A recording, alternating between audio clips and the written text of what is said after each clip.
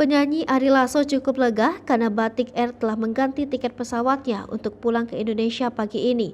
Ari Lasso bersama dua rekannya terpaksa harus bermalam di Bandara Changi, Singapura setelah ditinggal pesawat karena Batik Air mengubah jadwal penerbangannya tanpa pemberitahuan ulang.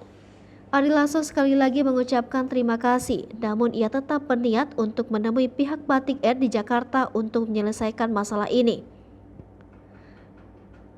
Masalah kembali muncul, Ari Lasso tidak diperbolehkan masuk ke dalam gate penerbangan seusai yang tertera dalam tiket pesawatnya. Petugas bandara mengatakan alasannya karena Ari Lasso terlalu cepat. Selain Ari Lasso, sejumlah penumpang lain di nomor penerbangan yang sama juga kebingungan harus menunggu di mana. Mantan vokalis Dewa 19 ini sempat berbincang dengan mereka dan mengulang kembali apa yang dikatakan oleh petugas yang tidak memperbolehkannya masuk gate. Setelah menunggu, Ari Lasso akhirnya mendapat kejelasan dan bisa masuk ke dalam pesawat tujuan Jakarta.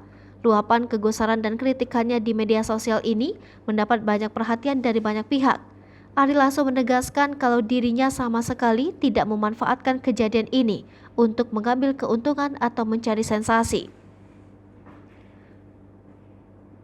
2 jam lalu, Ari Lasso mengunggah foto terbarunya ketika sudah duduk di pesawat sambil memejamkan mata.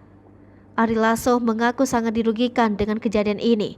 Musababnya hari ini Kamis 20 Oktober 2022 ia memiliki jadwal manggung di Surabaya. Hai pemirsa Sri Popo TV, jangan lupa komen, like, dan subscribe serta tonton terus berita-berita terupdate lainnya ya.